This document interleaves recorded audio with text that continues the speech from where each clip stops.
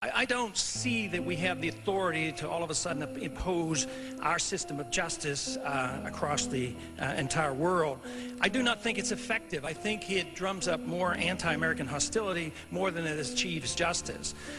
It has nothing to do with national security. Matter of fact, our national security is more jeopardized by permitting this to happen because we're liable to start a war. We're liable to have our military men killed. We're liable to have more attacks on us by terrorists. Our foolish policy in Iraq invites terrorist attacks against U.S. territory and incites the Islamic fundamentalists against us. Our foreign policy of military interventionism has brought us death and destruction to many foreign lands and loss of life for many Americans. From Korea and Vietnam to Serbia, Iran, Iraq, and now Afghanistan, we have ventured far from our shores in search of wars to fight. There is no evidence that this policy serves the interests of world peace. It certainly increases the danger to all Americans as we become the #1 target of terrorists. Our arrogant policy and attitude of superiority will continue to elicit a smoldering hatred toward us, and out of sheer frustration will motivate even more terrorist attacks against us. When we went into Iran in 1953 and installed the Shah, yes, there was blowback. The reaction to that was the taking of our hostages, and that persists.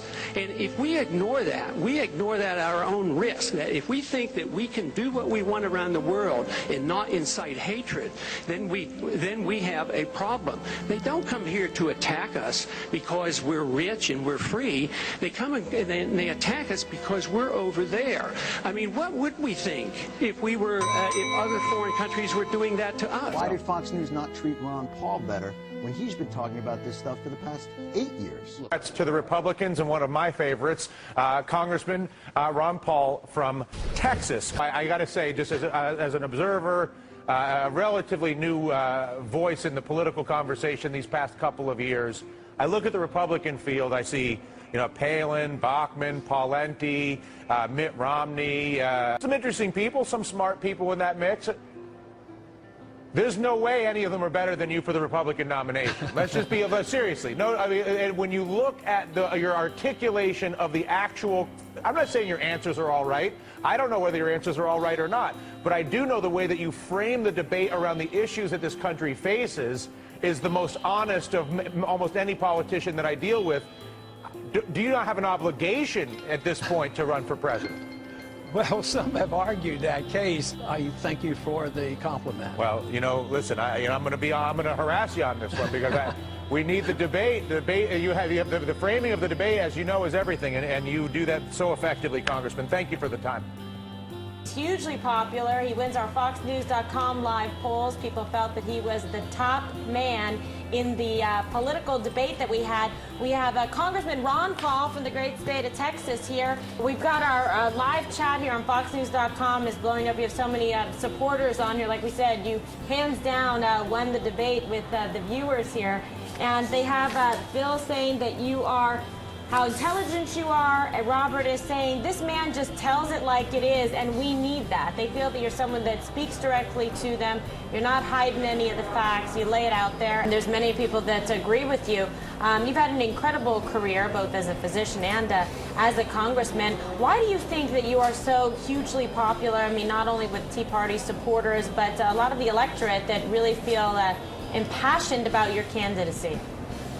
Well, I ask a lot of questions. I try to figure it out. I don't quite understand it, but I think it's the people who feel like they've been left out. A lot of people who come up to me are enthusiastic. They heard me in the debates 4 years ago, and they say, "Oh, you sounded pretty good." But when I really got excited was I checked your voting record, and you actually voted that way. And I think it was the credibility gained from that. And especially true with young people, and I try to lay it out on the line with them about how bad it's going to be, and yet they get enthusiastic and believe there are answers, and the answers can be found in something I think is wonderful, you know, our Constitution, limited government, and get the dependency off government. We can't depend on the government to take care of us, and it's well received by young people. So where are you going to cut? That's the big thing. We're back to that. My proposal, both because I believe in it as well as I think it's good politics, and that is, look at our overseas expenditures. All the money that we spend, it is estimated now we spend over $1 trillion managing our foreign policy, and I don't believe for a minute we're safer for it. So we could cut hundreds of billions of dollars there. I would not start with health care. I do believe in priorities. I just happen to think that welfare aid to big corporations and aid to foreign governments and corporations, all these things, they could be cut first, but I don't think that's going to happen. So we have too much dependency. Even though I would still argue for the case of priorities, I don't believe it's coming. Matter of fact, I'm not too optimistic that we're going to come to grips with this. I think we're heading for a financial catastrophe. Yeah. Tonight on the docket, a libertarian hero, a champion of the Constitution, and a stalwart of limited government. He wants to bring the troops home now and end America's involvement in 5 bloody, expensive, and immoral wars across the globe. He wants the government to live within its means and not borrow one more penny to pay back its bills. He's sick and tired of all the money printed and perpetrated by the Federal Reserve that's literally stealing money right out of your bank account. And he wants to end the Fed. And if this champion of personal freedom were able to persuade Congress and the American people of the virtues of limited government, and that it's the only moral and practical solution for a free people and a free society, guess what your income tax bill would be? 0. And with the added bonus that your children won't be on the hook to pay for unconstitutional and unconscionable government welfare and warfare programs that took place long before they were born. Sounds like a great campaign platform to me. And that's why it's great news to hear that he's formed an exploratory committee to run for the Republican nomination for president in 2012. George Washington once said that liberty, when it begins to take root, is a plant of rapid growth. Our first guest tonight is living proof of that. Here now, Texas Republican Congressman. Who else could I be introducing this way but Ron Paul? Congressman Paul, it's a pleasure. Welcome here. Thanks. Why do you want to be president of the United States? Well, it's a pretty good question, because there are days when I'm not sure that's exactly what I want in my life. Because I've said seriously, even though it might sound a little bit different than the others, actually I want to be president, not for the things I want to do, for the things I don't think we should do. Because I don't want to be a president that continues the policing of the world. I don't want to be a president that wants to run your life. And I don't want to be a president that's in charge of the economy. So in a way, it's a negative reason to be president, and that is to influence the society to accept responsibility and show that a president in the executive branch of government shouldn't be king. We don't need a president as king, and I think that's my main goal, is to show that liberty works and big government doesn't, so therefore I would want to have less power, not more power. The Constitution says that only the Congress can declare war. But presidents, not just this president, virtually all of his predecessors, at least in the post-World War II era, have acted as if they are kings or maybe princes by taking military into harm's way without seeking the permission of the Congress. How bad is that? How wrong is that for contemporary peoples and for the future when the Congress lets the president get away with that? Yeah, and I like the way you put it. Why does the Congress let them do that? How did we get here? Why did we give up, the Congress give up their prerogatives, their responsibilities? That probably would baffle the founders, because I think they on purposely designed a system where the Congress would be superior to the other branches, yet now we're the most inferior branch. Our government's going to continue, with us, without us, even if we're not there. So it is astounding, but it's just carelessness, but in a way, indirectly, it's with the people, too. The people tolerate the congressmen who ignore the Constitution and just let things go by. So we have drifted a long way away from the intent of the Congress to an intent of the Constitution to make Congress supreme in declaring when we send young people off to die. And this is both a big geopolitical event, but it's also a big financial event when we allow presidents to do this. But the other thing that they have done, and they do this notoriously for all nations seem to have done this throughout history, that wars are almost always paid for by debasing the currency. If they weren't allowed and would not debase the currency, we would be prohibited from getting ourselves involved in so many of these no-win, nonsensical wars that we ought to stop and bring our troops all home.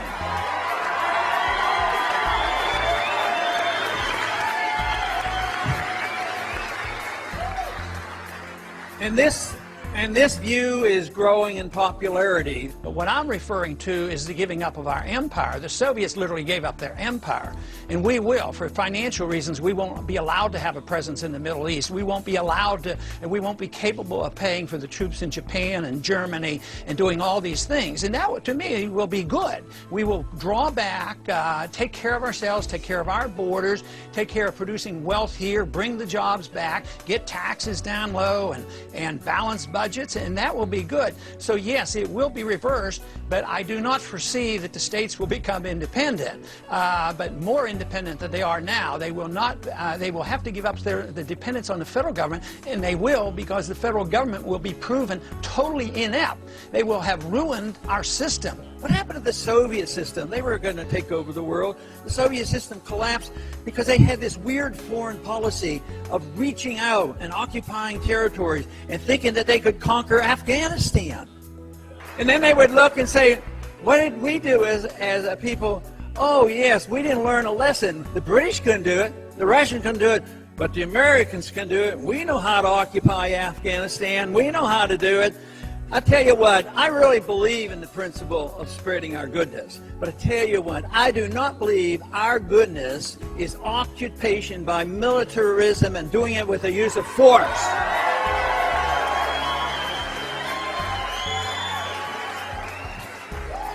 Do you believe spending cuts need to include the military as well? And if so, won't that be in direct conflict with the GOP agenda for resisting cuts to the armed forces? Yeah, I guess some are deeply indebted to the military-industrial complex, but I'm sort of from the Eisenhower era, where he and others warned about the military-industrial complex. I want a strong national defense, and if you waste money bombing places and then rebuilding them while our old country's falling down and our borders aren't protected, it's not going to work. So I think a growing number of not only Republicans, but a growing number of independents and Tea Party people realize that you can't say, oh, well, this cut spending for food stamps, but not to the military-industrial complex. That won't work, and I think that is really going to be the test. Since World War II, we've embarked in the wrong direction. We've been fighting all these wars and no declaration, so the war power issue is a key issue, and hopefully we can get to the bottom of it and not expand this power. But I think we get a pretty good idea about where the executive branch comes from, and I'm not so sure it would be unique for one party over the other. But the current Office of the Legal Counsel to our President has said that it was necessary, it was okay to go to war to defend the credibility of the United Nations Security Council. I think that is an outrage. We're supposed to be defending the Constitution, not the not the United Nations Security Council. But this is not new. We did it in Korea. We ignore it sometimes. Now we ignore it in Libya. The War Powers Resolution, which was set up in '73, was supposed to curtail this. Technically, it was deeply flawed, but it actually legalized war for 60 days, which always drifts into 90, and even our presidents ignore that. So this is a mess. And you know, it's not all that complicated. Why do we complicate this for ourselves unless it's deliberate? Because we have a law. The law is called the Constitution. We're not supposed to go to war unless there's a declaration. We've been fighting this a long time, and the American people are sick and tired of it. It's draining us. It's draining us financially. And now we're into, how many wars are we in now? Afghanistan, Iraq, Pakistan, now Libya. We don't even know to the extent to how much we're involved in these countries.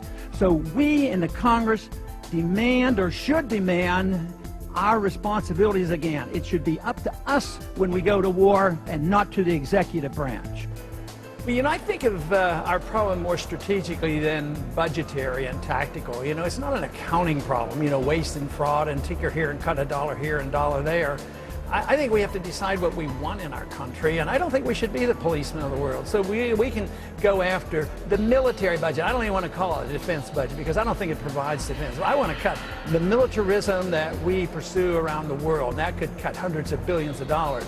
I would go after the foreign stuff, and that's why I think the foreign policy is important. I think that we have a coalition of some Republicans and a lot of Democrats who think we spend too much money overseas and we shouldn't be expanding our wars. So that is a place where the American people should all join in. We're building an infrastructure in Afghanistan because we blew up Afghanistan and Iraq, and I think that's where we should really start to save. But you know, what I'm concerned about is this is not dealing with the problem, and it's a problem I've talked about for a long time. Our deficits are huge, and we depend on monetizing this debt. And when you do that... Explain that for people. They're just sort of trying to get into the conversation. Okay, both Republicans and Democrats really are responsible for this huge deficit financing. So if only the market could buy that debt, interest rates would go up and the Congress would have to quit spending. But the Fed comes in and buys it and keeps interest rates low. But eventually that turns into price inflation, in which I think you've observed already today a tremendous amount. Gold soaring again today. I mean, look at all soft commodities all day long. Yeah, and now that is a tax on the people. You know, literally the people are paying, their standard of living is going to go down. And I'm also predicting, and I think we've seen signs of it, interest rates are going to go up. And so this will make the budgetary argument of a few $billion nothing compared to the calamity that we're facing. And it's no easy task to get this under control.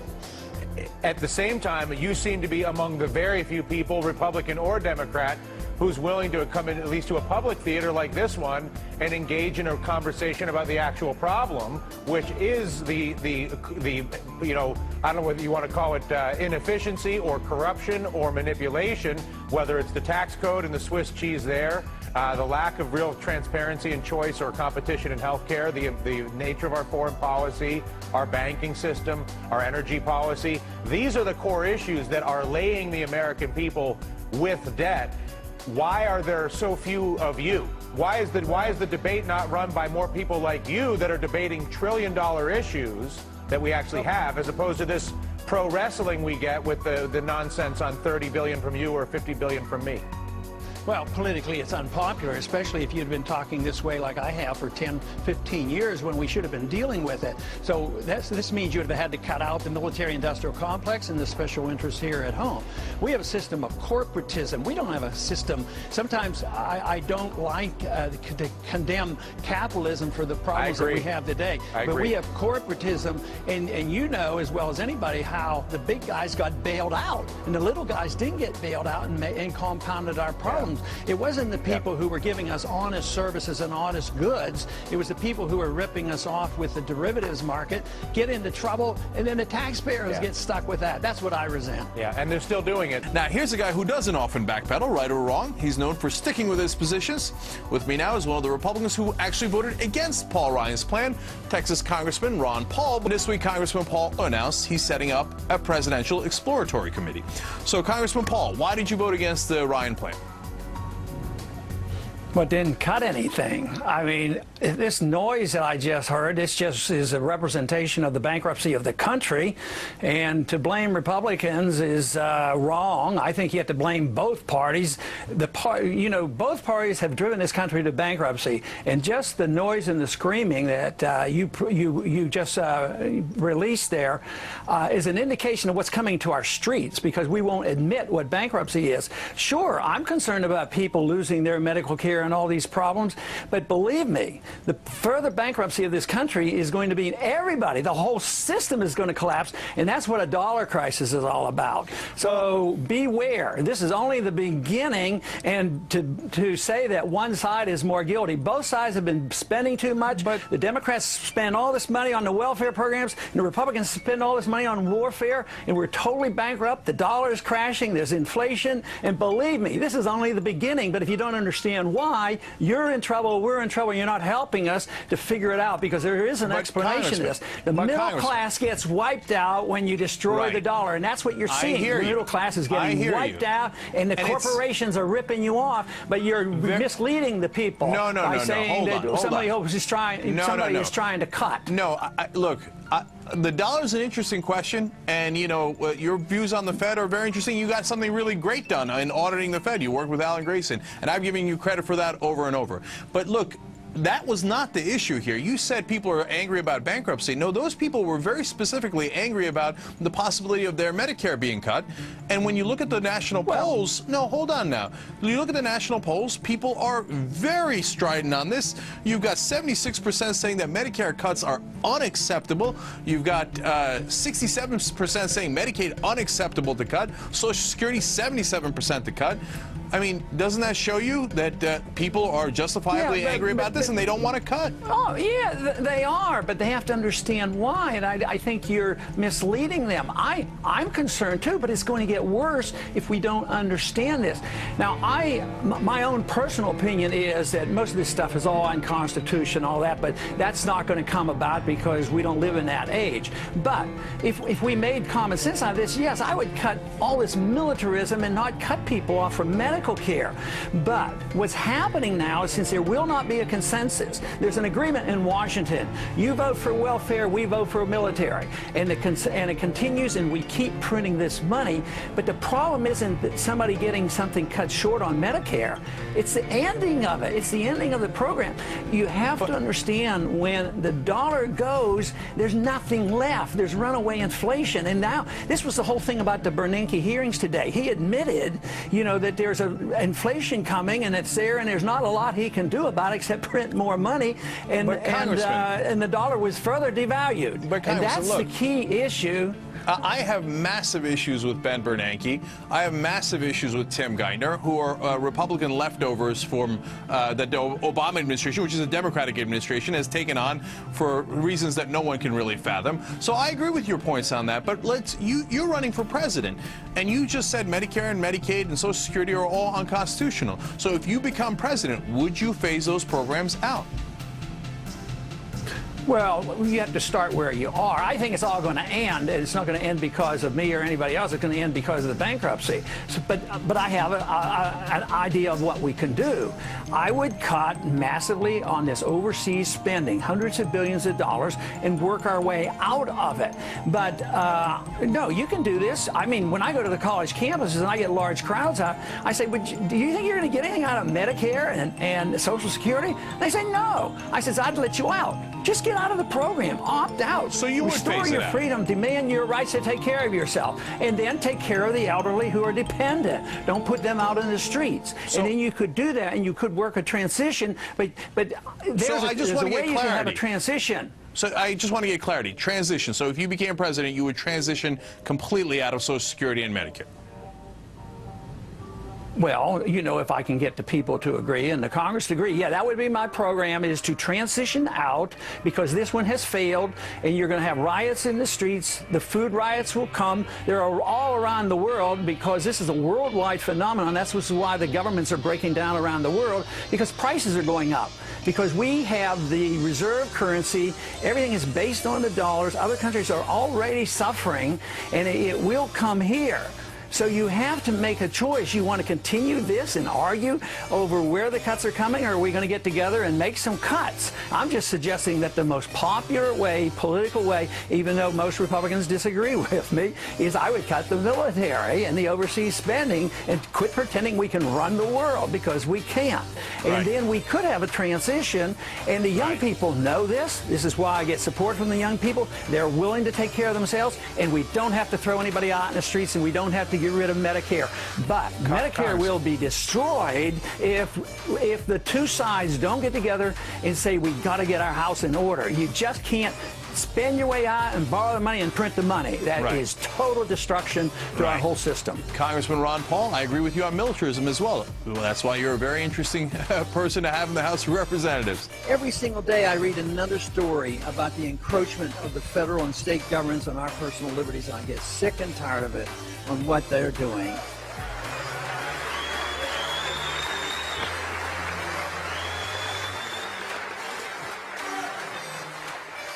And if you disagree with me on that, why don't you take a flight on an airplane? You might find out what it's like. And that brings us to the topic today of airport security.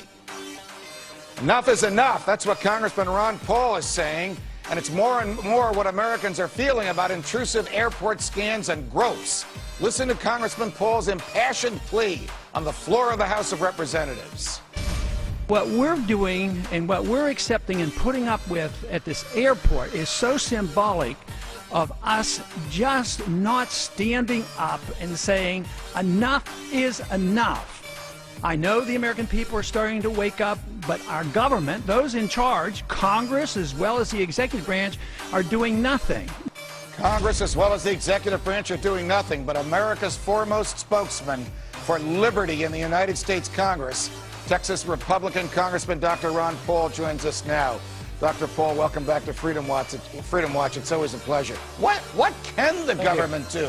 The public is in acute distress. The president has been virtually silent. The Congress, except for you, seems like it's still on vacation. What can we do? Well, we should have done a lot less, a lot sooner. It would have been nice that they could have anticipated what it would be like if they created the TSA, where there were about 3 of us objected to that. But now, what do we do? Well, my suggestion is the first thing we should do is make sure there's no immunity for the people in the government doing things that are illegal for everybody else. And that's what my bill would do. That would be a step. But that's a long way off. How am I going to get the House to pass it, the Senate to pass it, and the president won't sign it? So that leaves it to the people. The people have to express themselves. And I'd have to say they're doing a pretty good job. And I would say not only the cables, but the mainstream media, give them credit. They're putting stuff out there, and they're showing the abuse. So it is waking up the American people. Sadly, it's slow. But I think we're making progress. I really think the people are getting annoyed. But I think a little bit of civil disobedience won't hurt. I mean, stand up to him and say, I've had this. He says, you can't make me do this, and see what happens. So I think opting out isn't the worst idea in the world. Here's the problem as I see it. You know, a person can't fondle their neighbor when their neighbor comes onto their property. We don't have the right or the power to give that power to the government. How can the government do something that we can't do, that we never empowered the government to do it? As I'm discussing this with you, we're showing a film of a 6-year-old boy being stripped to his waist and touched by federal agents against the parent's will. You know, and looking at this, and that's what motivated me the other day, was if this doesn't wake us up, what chance do we have to get them to bring our troops home and look at the Patriot Act and look at our foreign policy and do all the other things and look at the Fed? Those are big issues too. But this one is in our face. If they can put up with it and say, oh, well, sacrificing a little bit of our freedom is necessary because we want to be safe. And you know the absurdity of that. If we want to be perfectly safe, we're going to have government cameras not only in our cars measuring everything we do and say, but in our houses too. You know, we can prevent crimes in our houses. You know, every once in a while kids get beaten and wives get beaten. So if we had a camera in the houses, we would prevent a lot of crime. So this goal of having perfect safety and that the government's responsible for it is a notion that has been growing too long. I hope we can use this episode with the TSA to show that that's not the responsibility of government. The responsibility of government is to protect our liberty. Have you detected the view that you've just expressed amongst your fellow members of Congress? Because I wasn't kidding. We had John Micah on last week, a Republican who wrote the TSA Act 6 or 7 years ago, who said we never intended this and we have to take this power back. We've heard you. The president said, oh, I talked to Janet Napolitano, but she tells me this is the only thing we can do. Congressman, Congress would never have written this law because they could never confront their constituents. This is a rule written by nameless, faceless bureaucrats. Question, are other members of Congress animated about this as you are? Well, I think a few are, but that it remains to be seen.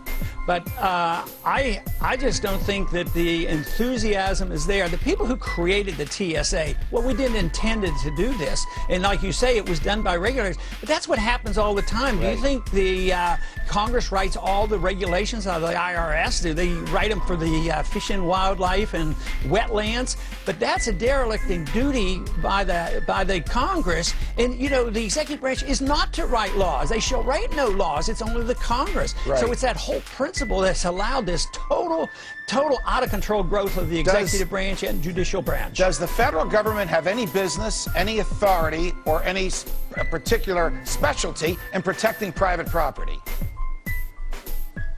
Not the federal government. Matter of fact, I don't think of government as protecting private property. I think the Second Amendment protects your private property, and the government should protect your amendment, your rights, the private. And if somebody does invade your property, they can get involved. But you can't depend on the government. You know, Brinks does a pretty good job at protecting our money, but they own the trucks and they have their guards, and it's a secure truck. I don't know why that principle can't be applied to our airlines. They have a precious cargo.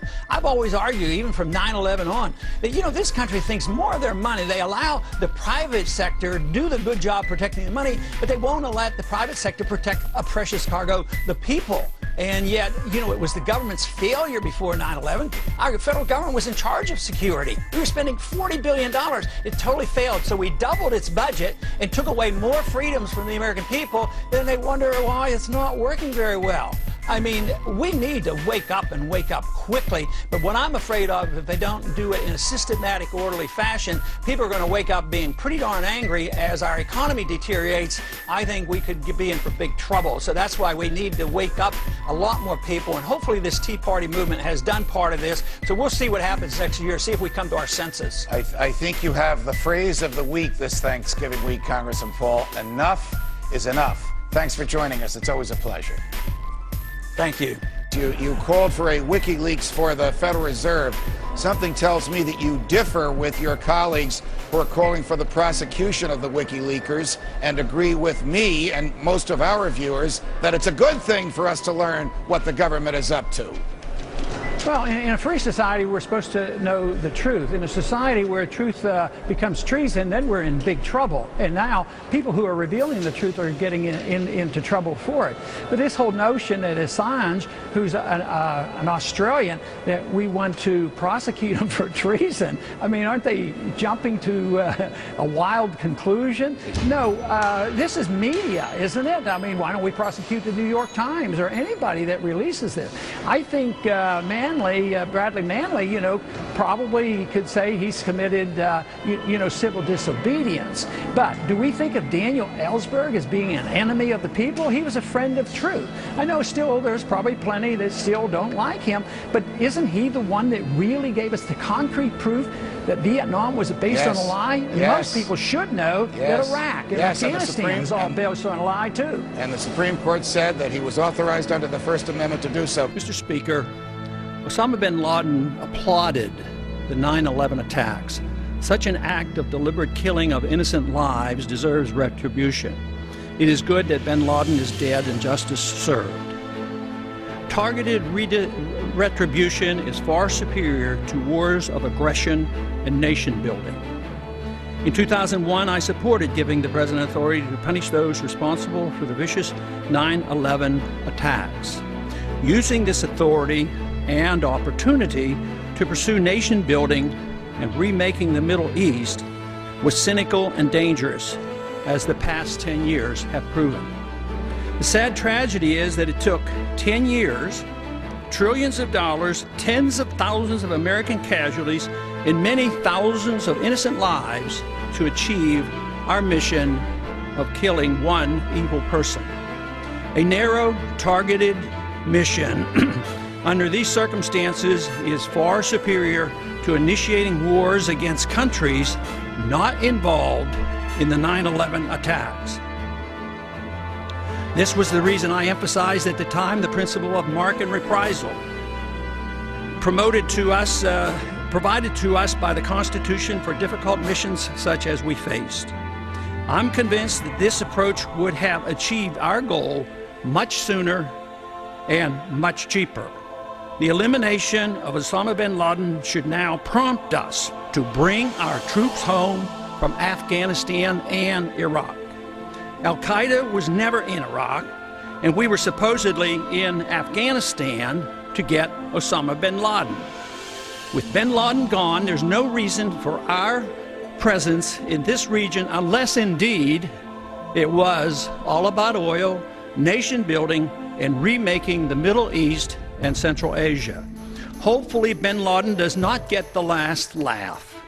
He claimed the 9/11 attacks were designed to, number one, get America to spread its military dangerously and excessively throughout the Middle East, to cause political dissension within the United States. 70% of the American people now believe we should leave Afghanistan, yet both parties seem destined to stay. Number three, and to bankrupt America through excessive military spending as he did to the Soviets. The best thing we could do is prove bin Laden to be a false prophet. We must learn from this recent history. Tragically, one result may be the acceptance of torture as a legitimate tool for pursuing our foreign policy. A free society, calling itself a republic, should never succumb to such evil. Foreign aid to Pakistan, though bin Laden was safely protected for 10 years in Pakistan, should make us question the wisdom of robbing American citizens to support any government around the world with foreign aid. Our failed foreign policy is reflected in our bizarre relationship with Pakistan. We bomb them with our drones, causing civilian casualties. We give them billions of dollars in foreign aid, and she protects America's enemy number one, bin Laden, for a decade. It's time to consider a sensible, non-interventionist foreign policy as advised by our founders and authorized by our Constitution. We would all be better off for it. In the last 2 days, you, along with at least one Democrat and a couple of other Republicans, have introduced legislation in the House of Representatives to terminate, not overnight, but in a militarily prudent way, our presence in Afghanistan, arguing, as you have, that with Osama bin Laden dead, with virtually no al-Qaeda in Afghanistan, the purpose of our going there 10 years ago has been served, and there's no purpose in staying. I think that argument is going to resonate with Republicans and with Democrats. What do you think? Oh, yeah, and I think it's a lot easier, Judge. You know, when Clinton was pursuing some of these adventures, you know, Republicans objected. But when Bush did it, they didn't object. Now we're going to get more Republicans objecting to Obama. So I think it's just great that this is happening. And the resolution that we introduced, actually it was very well planned, and Jim McGovern and Walter Jones deserves a lot of credit on this. They managed to get, I believe, 7 Democrats and 7 Republicans to make it a bipartisan. Getting the Republicans was more difficult than getting the Democrats, and we will get a lot more Democrats and more Republicans. But it came, really, we had been planning this for weeks, a long time before bin Laden was killed. But it really fit into our schedule just perfectly, saying, hey, declare victory and come home. And I think a lot of Americans are thinking that way, because before bin Laden was killed, 70% of the Americans were saying, enough is enough, let's get out of Afghanistan. Congressman, before I let you go, what's the most important issue in this campaign to Ron Paul as you seek the Republican nomination and as you, if you get the nomination, seek the presidency? The goal that I've always had in my political activity is for the preservation of liberty, and always pointing out that foreign policy, you know, war is the health of the state. You undermine liberties. When you believe in economic interventionism, you undermine personal liberties. And this idea that government can mold behavior, undermine personal liberties, that is my goal. It's a freedom philosophy. The important question being asked today with regards to foreign policy is, should the United States impose a no-fly zone over Libya? There are leaders in both sides of Congress and leaders on both parties who are now advising this, as well as individuals in the administration. It is my opinion that we should not. It would be foolish, it would have a downside, and we should think very, very carefully before we go expanding the wars that we're already involved in. We're in 2 major wars with Iraq and Afghanistan, and that involves Pakistan and Yemen already. So to go into Libya now and impose a no-fly zone, we have to remember a no-fly zone is an act of war. Now, what moral right do we have to participate in war activity against Libya? Libya hasn't done anything to the United States. They're not a threat to our national security. There's been no aggression. There's no constitutional authority for a president to willy-nilly go and start placing no-fly zones over countries around the world. And you know, we tried this in the 1990s and did it for 8 or 9 years. We had a no-fly zone along with sanctions and blockades around Iraq. And finally it ended up in war, and the wars were based on lies. And then when that happened, they said, yes, but it was well worth it because we got rid of a bad guy. But we also lost close to 4,500 American military people, 30-some thousand severe injuries, hundreds of thousands applying now for disability because we went to war when we shouldn't have gone to war. And to expand this war now makes no sense whatsoever. It's against international law. It challenges the War Powers Resolution. And for that reason, we should stop and think. Congress should act. I'm proposing preparing to introduce a resolution next week as a sense of Congress that the executive branch can't do this without approval from the Congress. Why should we do this? Do you think it'll cost them money? Yes, it's going to cost a ton of money. And it's going to have innocent people will be killed. You can't just all of a sudden turn a switch and say don't fly over Libya. You have to bomb a lot of anti-aircraft sites and a lot of military establishment. So the war is on. And from my viewpoint, this is the kind of thing that's been going on too long. It contributes significantly to our bankruptcy. And we are now spending approximately $1 trillion a year maintaining our empire around the world. We are in the process of remaking all the borders and leadership in Middle East and Central Asia, and now North Africa we get involved. We had invested $70 billion trying to prop up a dictator in Egypt, and look how that ended up. Now we're hustling around to find out who the next dictator is. So if we get involved, I'm not sure they even know who to bomb and why, which one, and who's going to come out on top. That is an internal matter. It's a civil war that's going on, and we can cheer for one side or the other, but that is not a justification to place the burden on the American people, both militarily and individualized as well as monetarily. Now, some would say that, yes, that sounds good, I agree with you that, but as long as we get approval from the UN and NATO, it'll be okay. But you know, that's just really a cop-out. What Army and Air Force and technology does the UN have, and what does NATO have? You get a resolution in the UN and say, well, let's take out this bad guy and do these things, or NATO does it. They're all our airplanes, and they're all our money, and no matter what, anything and everything that goes wrong, the United States will be blamed for it. And there's enough resentment against us already for pretending that we can tell every other country how to live. The best way to look at this, I believe, is how would we as a people and how would we as a Congress respond if we were a weaker nation and there was a stronger nation, that they came and imposed no-fly zone over us, or had sanctions against us, or had a blockade. We wouldn't accept that. That would unify us. So I don't buy into this thing that this is the only humanitarian thing that we can do is expand the war.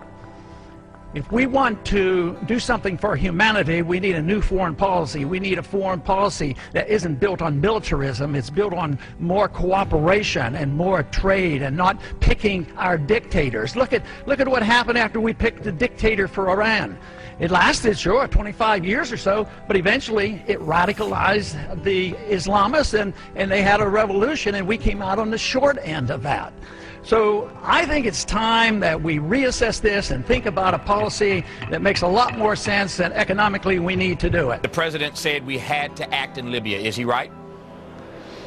I think he's wrong. I mean, what are our interests and what are our values? Our values are defending the Constitution. Our interests are not served by starting wars.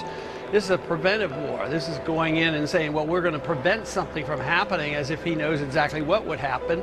And even if we did know exactly, where does the authority come from? You know, I have objected to these other wars that we have been pursuing, but this one might be a little worse because there wasn't even an attempt to come and inform the Congress and say this is what we're going to do. So I think we're taking one more step further with the Congress giving up its responsibilities and prerogatives and giving them over to the executive branch, and I don't like the trend. Didn't Obama then, I hear your point, but didn't Obama really just take a page out of Bush's playbook, and didn't Bush take a page out of Reagan's playbook? This ain't the first time a president's done this. Yeah, I think it's on and on. You know, Bush did, both Bush Sr. and Jr. did go to the Congress, even though I wasn't satisfied with that and voted strongly against it, not only because I thought the war was unwise, but I thought if you go to war, you're supposed to declare war and, you know, have a precise goal and a precise victory. So yes, it's a continuation of it, but this time some people would argue that it's slightly worse because he hasn't even made an attempt to get some type of token approval. And of course, I'm no fan of the United Nations. I don't think we should give up our responsibilities and our sovereignty to an international body to tell us when we should send young people off to war. And then on top of all this, some people actually bring up the subject of the cost of these things. They're very, very costly.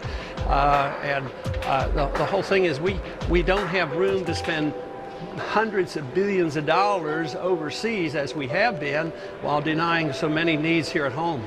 Obviously, you oppose the president on going into Libya, but since we've been there for these 9 or 10 days now, has anything been accomplished to your liking at all? No, I can't think of anything. You know, the more I see, the worse it seems to be. It's likely that there's Al-Qaeda in the group who are rebelling, and once again, you know, we're all over the place. We were buddies with and allies with Osama bin Laden when we were fighting in Afghanistan in the 80s, so we may well, you know, be serving the interests of the Al-Qaeda. And actually, the State Department hasn't denied this. They said, well, sometimes you have to, you know, make these type of partnerships when you're fighting an enemy. But who's going to make this choice on who's the worst person in the world? So, no, I think it's a bad move. I think it's bad for our national security and bad for our finances and bad for our Constitution. Somebody said years ago that the first casualty in war is the truth. The very first casualty is the truth. I raised that because I was watching my friend Brian Williams last night on NBC News. Brian had an exclusive conversation with the president last night. So he sits with the president for about 10 minutes last night for this conversation. And the president suggests in that interview, as he did in his speech, that we've got Muammar Gaddafi on his heels. So the president says we've got him on his heels. After Brian finishes the interview, he goes to their foreign correspondent, Richard Engel. Engel is on the ground in Libya, and these guys are running faster than Jackie Joyner-Kersee trying to get away from Gaddafi. So the president says he's on his heels, but the story on the ground is these rebels are on the run. That's the story again in the news today. So who do you believe about these stories? Well, I don't generally believe the government. That's a lot of wishful thinking. I don't know if it's outright lying, but it's wishful thinking and deception. But it is true. Our governments, the previous administrations, did it as well, and it's been going on for many, many years. You go all the way back to Vietnam. You know, lies were told to get us involved in these wars. So it is, American people should be much more reluctant. The Congress members ought to be more reluctant to accept this at face value, that, you know, it's the end of the world if we don't go in. You know, Saddam Hussein had nuclear weapons, and Al-Qaeda was in there, and all this fear-mongering. He was about to attack us. And they were all not, it was not true. So we should be much more cautious about going to war. I mean, it's just you'd think we'd learn our lesson. Now, with all due respect to the president, I can imagine that Republicans, particularly you got folk like John McCain and others, who are now calling for the president to help arm these rebels. I'll come back to that in just a second. The point here is that if the president did not do anything in Libya, when our values that we so cherish here are being stomped on in Libya, if he didn't do anything, wouldn't Republicans be saying the president sat on his hands and didn't go defend people when they were being annihilated by their government? Well, yeah, I'm afraid you're right, and there's still a bunch of them doing that. Why didn't you do more sooner? But we ought to question our values. Our values should be, you know, going to war in a proper manner for a moral reason under the Constitution. So I don't know how you spread our values and for moral reasons to go and violate all the principles that were embedded in our American system. So yes, you're absolutely right. There are a bunch. I think we're going to have more Republicans with us now in opposition to this. One, because things are getting out of hand, but also for partisan reasons. You know, this was happening in Bosnia. A lot of Republicans opposed Clinton when he was going into Bosnia, but immediately when Bush did it, they were all for it. So I respect the people who are consistent, and we have a group, both Republicans and Democrats, more Democrats than Republicans, who take a principled stand. The progressive Democrats and some of the libertarian conservative Republicans are opposed to this type of foreign policy on principle. I hear your point now, and obviously you're Republican and you've been very courageous on this war question for a while now, condemning these kinds of invasions, these kinds of wars. But since you mentioned progressive Democrats, there are a number of stories out all over the place now, and I, for one, am concerned about this myself, that the progressives have not been as vocal about this as they were about Bush going into Iraq. So is the progressive left hypocritical on this issue now?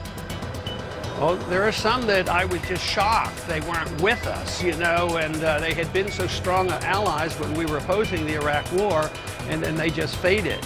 But it sorts people out and find out who the people are of principle. You know, the Dennis Kucinich group, I mean, they're still anti-war and very consistent anti-war. But then there are others that I was pretty disappointed. I just assumed they would be with us, and they have not been. What do you think about where we are in the Middle East and our involvement? Well, it's a continuation of a policy that's a very bad policy from my viewpoint for 50 years, ever since World War II, but every year it gets worse. Now we can go into Libya, start another war, be involved. Our CIA's in there. We use drone missiles. And the president is rather arrogant about it. He says, I don't need to ask the Congress for this. Where does he get the money to do this if he doesn't even need to come to the Congress and get the permission? So the wars are perpetual. They're done, you know, on presidential orders.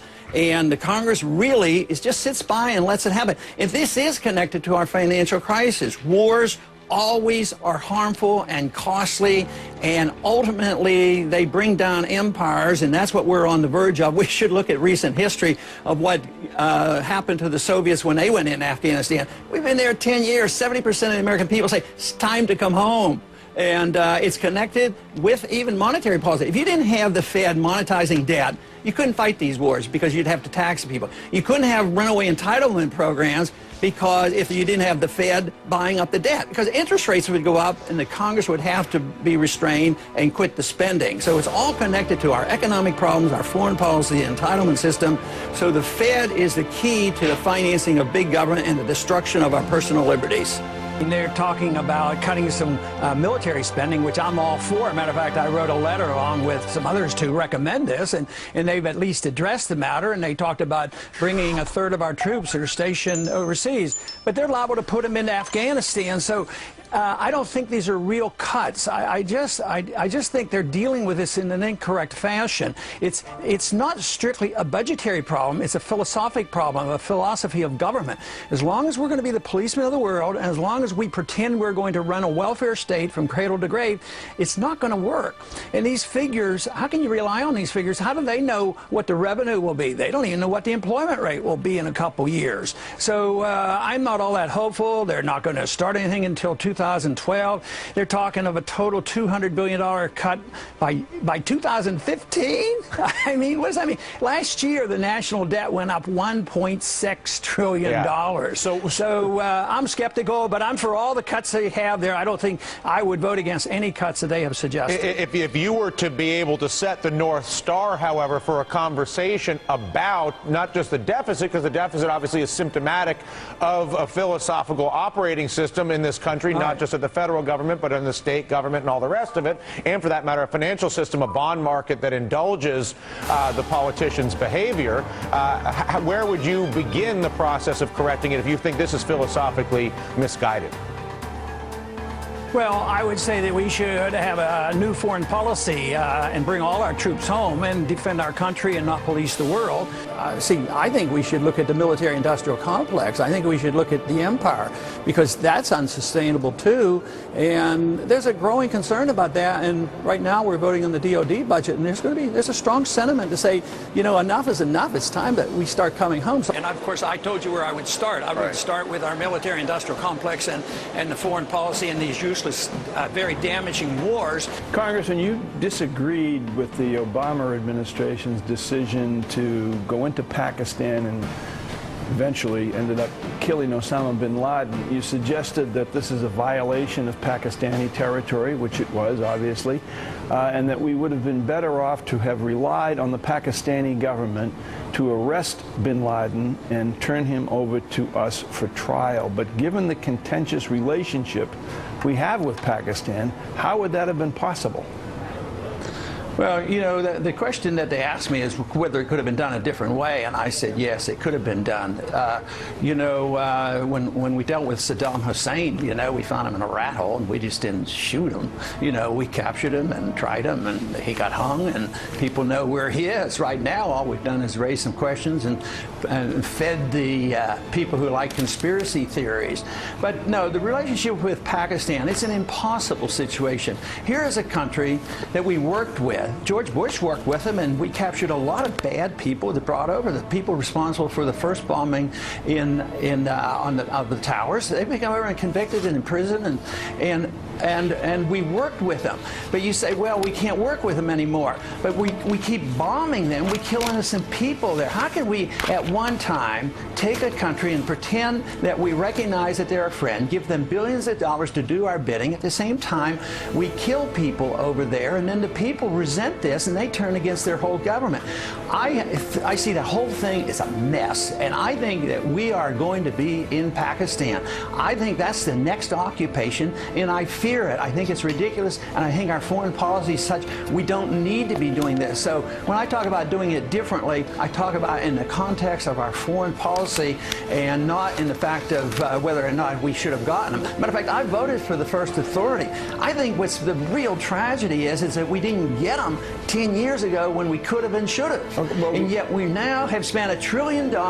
We've lost 5,000 people, our soldiers, in fighting 2 wars that had nothing to do with bin Laden. And to me, we have to reassess the foreign policy just like we have to reassess our economic policies here. The implication of part of the answer that you just gave is that you feel that the Bush administration handled Pakistan better than the Obama administration has? Is that correct? I think when we went after the bad guys, they cooperated with us, so why shouldn't you assume that they could do this again? But I also understand why the situation is much worse, and that's why you can't see this as an isolated incident. You have to look at this in the context of our foreign policy, why we are having difficulty.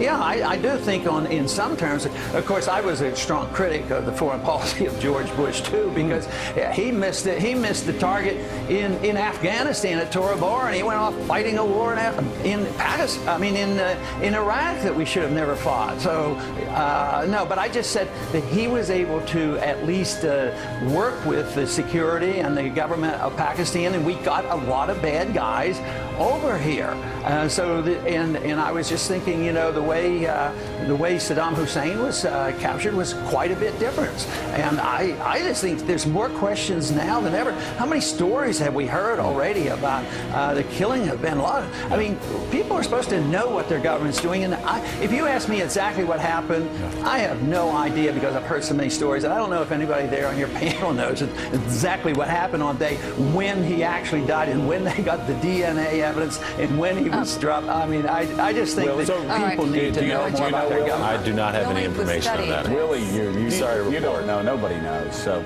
but that's a conspiracy theory that that's what I feel like just happened. Did you just put out a conspiracy theory, Congressman Ron Paul? No. I think what the inept policy invites people to think about conspiracy theories because we don't get all the evidence, and I think that's where we are now. I think there will be plenty of conspiracy theories because we're presented facts that we're changing almost on a daily basis. Congressman, it's Willie Geitz. I just want to follow up on something you said a minute ago, that you suspect Pakistan will be the place the United States occupies next. Do you have information on that, or that implies there'll be some sort of an invasion? No. Or why do you say that?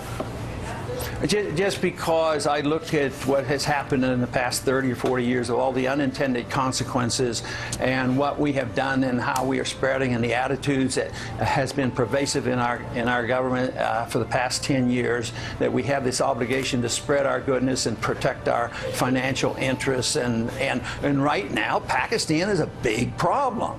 And the people there, we have created a civil war there. And the fact that we go over there and we violate their security, and the people rebel against the government because they see their government as being a puppet of the American government. So it's total chaos, and I am afraid, I hope I'm absolutely wrong, but I'm afraid we will be in Pakistan trying to occupy that country, and it will probably be very unsuccessful. Governments like secrecy. They're not, whether it's the Federal Reserve or our foreign policy, just think how many times we've gone to war by distortion of the evidence, and lie our way into war, whether it was World War, whether it was Vietnam War, or going into Iraq. I mean, they have to, deceive us. And then when the people distrust the government, then any question in government is called a conspiracy theory, and they do that to say that, oh, you're nuts, because everything is a conspiracy. But I think the best thing is you should only believe the conspiracies that are true. Of course there's a conspiracy, people getting together and thinking, well, how are we going to manipulate the money supply? But in an intellectual way, those of us who think that we should have a different system, we sit around and talk, so we conspire, and that's, use the word loosely, we conspire on how we're going to change the world and how we're going to get more people to understand economics. So but it's almost like, why is the government so stupid? If they don't like the conspiracy theaters, why do they set the stage for them? Speaking of conspiracies for freedom, when I first started studying the monetary policy issue, it seemed to me like there was a showdown coming as the dollar collapses between those who want to move to a global fiat currency and those of us who want freedom in monetary policy. And now just recently we had George Soros with his meeting at Bretton Woods several weeks ago. And then I go back to the 80s when you started this championing this cause for sound money, for getting away from the Federal Reserve System.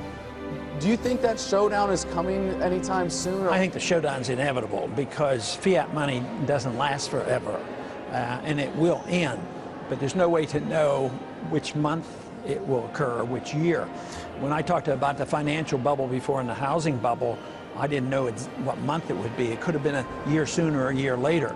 The same way with the monetary crisis, because there's a confidence factor in there. As long as it seems like our dollar is working and they're still taking our dollars, China's been willing to take a lot of our dollars. They've had well over $1 trillion, but they're not taking them this amount. They're shrinking their portfolio now of dollars.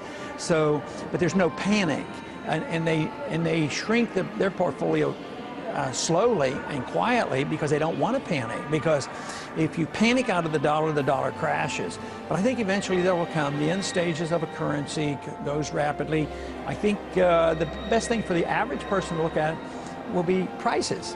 Whether their grocery shopping is getting too expensive and how much it costs to fill their tank of gas up, how much it costs for their medical care and transportation. These are the kind of things.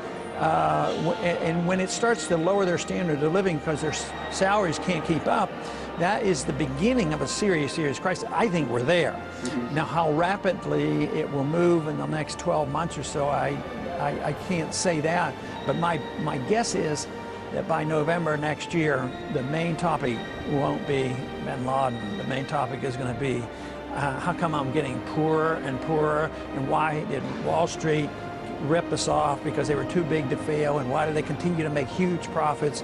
At the same time, unemployment stays very high, and the people who lost their houses haven't gotten their houses back again. I think that'll still be the major issue next year. I do think it's easier to cut overseas spending, politically speaking. I think I can make the case that we should bring our troops home, change our foreign policy, quit these ridiculous wars.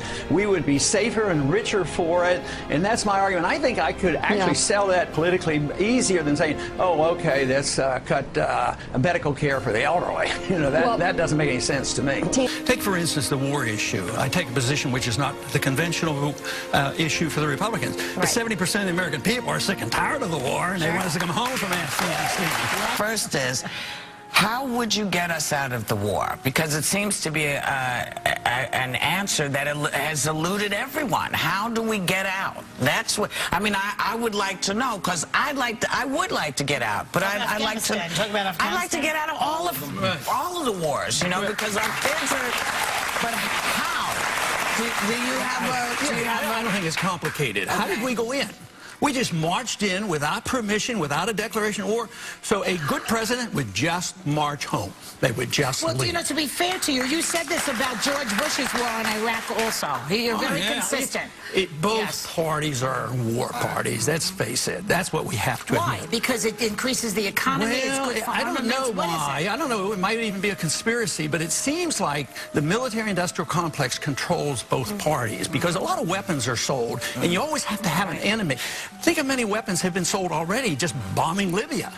How many dollars do we have to spend getting more drones to drop the bombs on Pakistan? But it's both parties. That's why the people have to wake up. If they're tired of war, and they will eventually get tired of war, they're getting that way. But it'll be financial. It'll be bankrupt. Most empires end when they go into a financial crisis, and we're in the middle. We're starting it. I mean, we've had the bursting of the financial bubble. Now we're about to go into a dollar crisis. I don't support most programs because most programs are, as far as I'm concerned, technically unconstitutional. Unless I see the authority there. Just I address it like I address the war issue. Don't go to war unless it's a declared war, and the president can't do it. Well, I look to Article 1, Section 8, and I look for my authority, and if it's not there, I don't do it. And that's why I have to vote no a lot. You don't have a right to things and services. You have a right to your life. You have a right to your liberty. And if you want good medical care, or if you want a healthy economy, you have to have a free market economy with sound money and good contract laws, and then there'll be great prosperity. But we have a system of corporatism now where business and governments are partners, and they rip us off. Whether it's the military-industrial complex, in medicine today, both parties promote a form of medicine delivered by corporations, big drug companies, insurance companies, and that's why we have lousy care.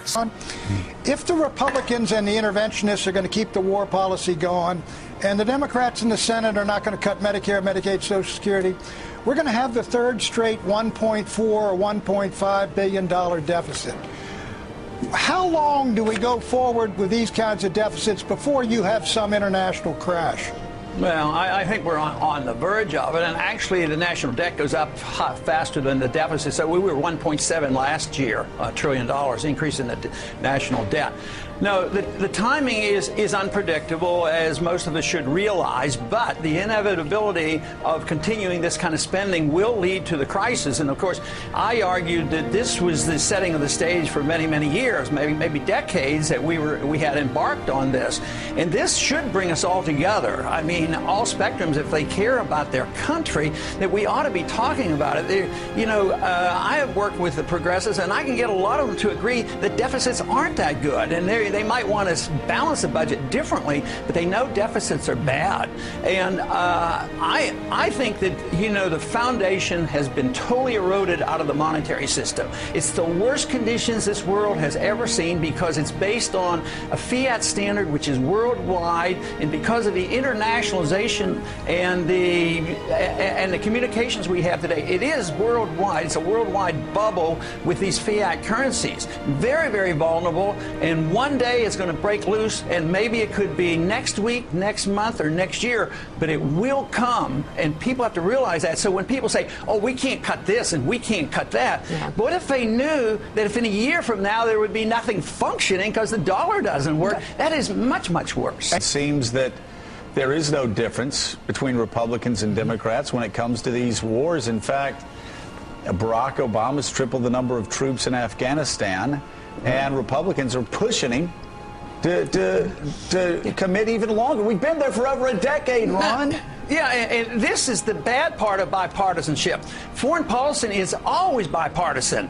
And, you know, give Obama his due, because he didn't deny that he wanted to fight in Afghanistan. That's the good war. That's the long war. And he did state that in the campaign. But he has no intention of leaving. And we have no intention of leaving Iraq until we totally go broke, and we have to leave like the Soviets did. Our empire will end for financial reasons, but it is total chaos. There's no stability in Iraq. I mean, today there was an article, I think, in the New York Times, the last Christians about to leave there. As bad as it was before, this is the first time in the history of Christendom that the Christians had to leave Iraq. I mean, it is horrible, and there's no peace there. And Iraq and Afghanistan is getting worse. The war is spreading into Pakistan, and there's more than just Obama. There's somebody that designates what foreign policy is all about, regardless of the party. So whether it's the Federal Reserve and monetary policy, whether it's the foreign policy or the welfare spending,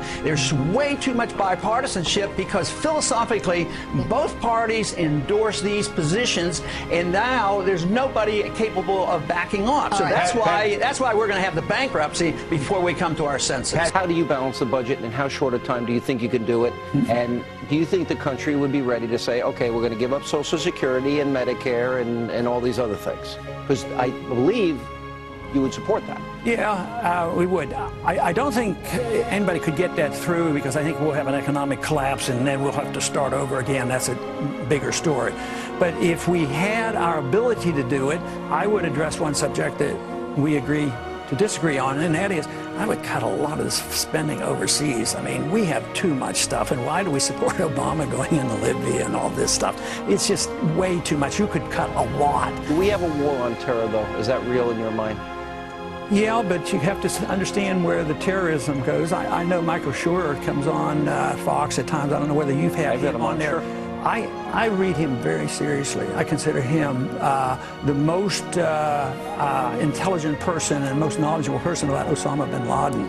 And he has a new book, out of that. So I think looking at that means that our foreign policy does have something to do with our problems and our dangers that we face here. But I don't see that. Well, when you say that, I think people interpret that we incite the attacks against us. The conclusion of the 9/11 Commission was they were at war with us, but we're not at war with them. Yeah, but the 9/11 Commission also recognized that there was a blowback phenomenon. The fact that we were over there and had a base in Saudi Arabia was part of it, and Osama bin Laden said that, and we immediately after 9/11 removed the troops from Saudi Arabia. We closed that base down. But the 9/11 report recognized that. But if they're at war with us for a decade and we're not at war with them, do you not agree that there is a desire among Islamic extremists to have an Islamic caliphate, Sharia law, and conquering the world? Because that's their stated goal. Yeah, I mean, that's what they say they want. But I think it'd be this many, but because we're over there, their numbers grow. That is what you have radicals in all religions. And if there's some way to incite them, their numbers will grow. So their numbers have grown, but they use us to do that. And they say, oh, they're over here. We support all these I think they hated us. You said about the Ground Zero mosque issue, that you thought that this was a religious freedom issue. And I have a real problem when the families, and you said, you were raising the question about who's, raising the question just why and what's driving the people that were opposing it. Now, if we look at Imam Rayouf, guy that wants America to be Sharia compliant, that thinks Osama bin Laden is made in the USA, we're partly responsible for what happened. You're not concerned about the families of 9/11 and their reaction after losing their loved ones? But I'm also concerned about guilt by association and blanket guilt by a group. And if if that goes through and you say you can't do it because it's Muslim and there were some bad Muslims over here and they did this, this means you blame the religion. And you don't want to blame the religion, but in order to do that, if something happened that it had to been a Catholic or something like that did it, would you think, oh, that's a good idea? We don't want, because he was a Catholic and he did bad things and therefore we can't allow a Catholic church to be built in a certain area. But when I listen to you, I hear you talk about first founding principles, which, by the way, are really important. And I think that's the area that I would find an agreement with you. The difference is that the imam, while we believe in free speech, believes in a value system. When he says he wants America to be Sharia compliant, it's the antithesis. Wait a second, this is important. It is the antithesis of everything we believe in. Women don't have rights, they don't drive, they get stoned to death, they need 4 male eyewitnesses if they're raped. They don't get to go to school, but that's not coming here. We have to stay with. He wants. That's what we have to do, is defend our principles. And actually, the principle here is a private property principle. We shouldn't have governments building buildings and telling people where to build. It should be a private property issue. If you own that land over there, you shouldn't be told what you can build on it. If you want to rent it to any type of religion, you should be able to. And you can't have guilt by association. It's not guilt by association. The words of this guy on 60 Minutes, that if somebody wants America Sharia compliant, Sharia by its very nature as applied, is one that denies women rights. But that's a different issue entirely. I mean, that goes on in Saudi Arabia, but he wants that in America, is what he said. I know. So he's fighting for that. But then you defend it by a better idea. You defend it by the Constitution. They can't do that. By opening the door, isn't that opening the door for somebody who wants to overthrow America into a system that is contrary to our fundamental beliefs? I think you're closing the door on what makes America great: property rights and the fact that you don't have people guilty because they belong to a group. And you don't have everybody guilty because of something horrible that has happened. Later this morning, we will be debating and voting on 2 resolutions dealing with Libya. The first one, H.J. Res. 68, has been said to be one that literally endorses exactly what the president has been doing, and I agree with that. Even though it excludes ground troops, it doesn't talk about special forces, CIA, contractors, and unlimited bombing, which is really what we have to restrict. But the second one, H.R. 2278, has been said to be more strongly worded in restraint on the president, and this is where I disagree. I believe the wording is different, and it says no funds for ground troops, but then it has exceptions, and the exceptions are for all the things that we're already doing. So I believe if we vote and pass the second one, it will be the first time this Congress has given authority to the president for what he is doing right now. So I urge my colleagues to look at both of these carefully. I have concluded that not only should the first one be voted down, but it's very important that the second one be voted down as well. I have a lot of complaints about how we deal with the issue of war. This is a debate that should have gone on 4 months ago before the war was started, and if we'd have done this properly, we wouldn't be bringing this up quickly. No committee work, no discussion, no chance for amendment. But nevertheless, I will support the rule because at least we get a chance to talk a little bit about what's going on in Libya.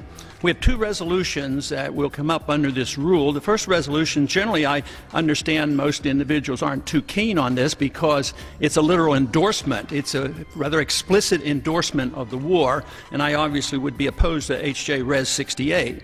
But my greatest concern is about H.R. 2278.